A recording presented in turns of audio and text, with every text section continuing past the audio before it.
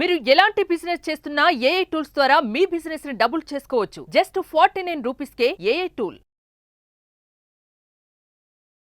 Hi అండి, welcome to Suman educational channel. నా పేరు అనురాధ. ఈరోజు కొన్ని సెంటెన్స్ డైరెక్ట్ మనకు సిచ్యువేషన్ని బట్టిన కొన్ని జనరల్గా, కొన్ని రఫ్గా, కొన్ని ర్యాష్గా మనం మాట్లాడడం హిందీలో ఎలా. కొన్ని పదాలు మనము కొందరితో తిట్టాలనుకుంటాం హిందీలో, అది కూడా హిందీలో తిట్టాలనుకుంటున్నాం.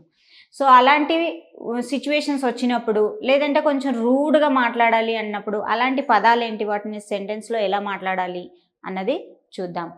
సో ఇందులో అన్నీ ఉన్నాయి, అవి ఇవి అని సపరేట్గా ఏం కాదు, కొన్ని అవి కూడా ఉన్నాయి, కొన్ని నార్మల్ సెంటెన్స్ కూడా ఉన్నాయి. చూడండి, మేరా దోస్త్ అమీర్ హై, నా ఫ్రెండ్ బాగా రిచ్గా ఉన్నాడు అంటే మనము హిందీలో చెప్పాలి అంటే ఏంటి, నా స్నేహితుడు ధనవంతుడు అంటే మేరా దోస్త్ అమీర్ హై. అమీర్ అంటే బాగా డబ్బున్నాడు. ఇక్కడ అమీర్ తీసేసి మీకు వాడు నా ఫ్రెండ్ బాగా పూర్ అబ్బా అని అనాలి.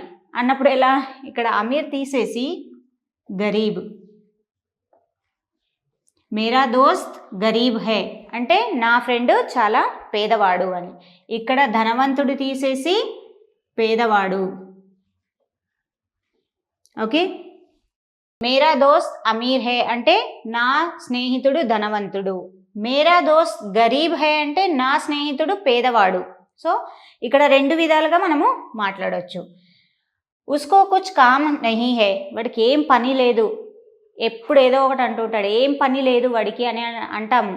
సో దాన్ని ఏమంటారు, ఉస్కో కుచ్ కామ్ నహీ హై, కుచ్ నా కుచ్ కహతే रहता है. ఓకే, నా అప్పు ఎప్పుడు తీరుస్తావు, ఇది నేను హిందీలో చెప్పాలి.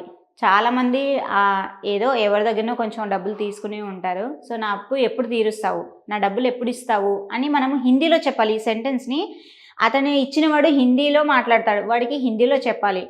సో ఎలా, మేరా ఉధార్ కబ్ చుకావోగే, నా డబ్బులు నా అప్పు ఎప్పుడు తీరుస్తావు అంటే మేరా ఉధార్, ఉధార్ అంటే అప్పు, కబ్ చుకావోగే అంటే ఎప్పుడు తీరుస్తావు.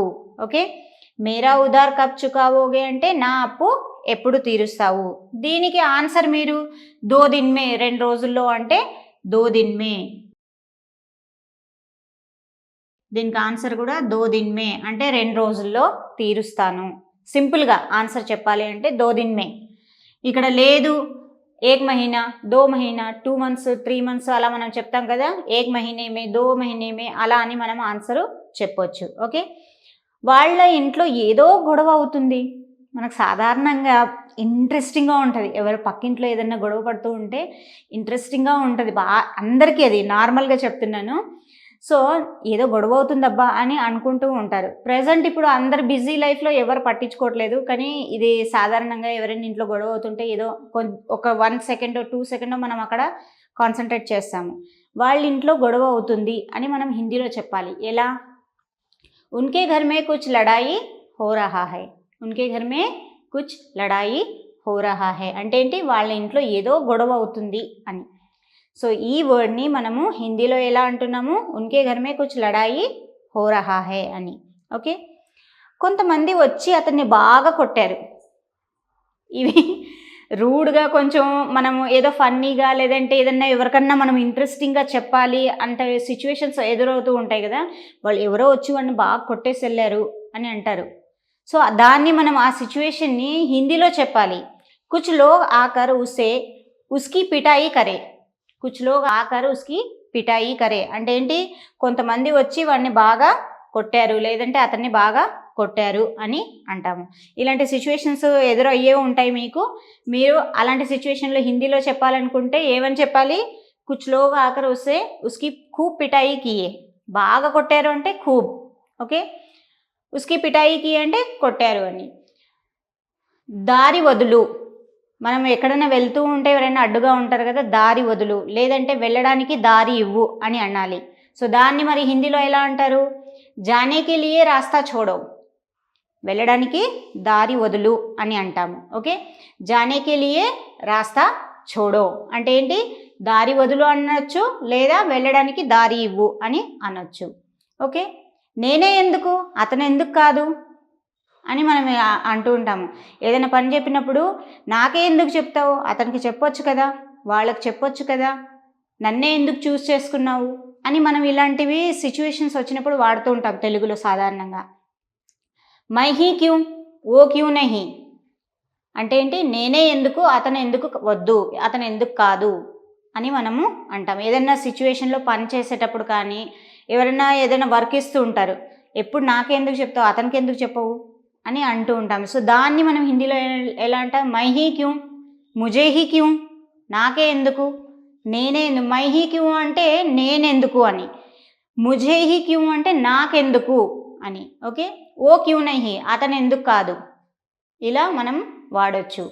అతను నన్ను చూస్తూనే ఉన్నాడు, అప్పటి నుంచి నన్ను చూస్తున్నాడు అతను అని మనము ఎవరితో చెప్పాలి, ఎందుకంటే అది అక్కడ ఒక సిచ్యువేషన్ వచ్చింది.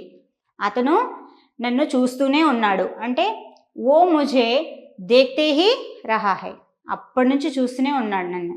ఓకే, అతని తమ్ముడు అప్పటి నుంచి తింటూనే ఉన్నాడు. ఇలాంటివి అప్పటి నుంచి, ఇప్పటి నుంచి ఇలాంటివి కొన్ని వర్డ్స్ వస్తూ ఉంటాయి. అప్పటి నుంచి రాస్తూనే ఉన్నాం, అప్పటి నుంచి చదువుతూనే ఉన్నాం అని అంటూ ఉంటాం. ఇలాంటివి మనం సాధారణంగా పిల్లల దగ్గర కానీ లేదంటే వేరే వాళ్ళ దగ్గర మనము చెప్తూ ఉంటాం. ఉస్కా భాయి జబ్ సే ఖాతే హీ రహా హై అంటే అప్పటి నుంచి తింటూనే ఉన్నాడు వాళ్ళ తమ్ముడు. అదే తినడం తీసేసి మీరు ఇంకేదైనా చేస్తుంటే అప్పటి నుంచి టీవీ చూస్తూనే ఉన్నాడు, జబ్ సే టీవీ దేఖ్తే హీ రహా హై, ఇలా మనము దాన్ని వాడచ్చు. నేను నీతో ముఖ్యమైన విషయం మాట్లాడాలి, ఏదైనా ఇంపార్టెంట్ విషయం మాట్లాడేది ఉంటుంది కదా ఎవరితోనన్నా, అలాంటప్పుడు మై తుమ్సే జరూరీ బాత్ కర్నా హై అంటే నేను నీ దగ్గర ఏదో ఇంపార్టెంట్ విషయం మాట్లాడాలి అని అనుకుంటున్నాను అన్నప్పుడు చెప్పడానికి. ఇవి మనము డైలీ లైఫ్లో కొన్ని సెంటెన్సెస్ ఈరోజు తీసుకున్నాము. ఇంకా కొన్ని సెంటెన్సెస్ నెక్స్ట్ క్లాస్లో చూద్దాం. Thank you.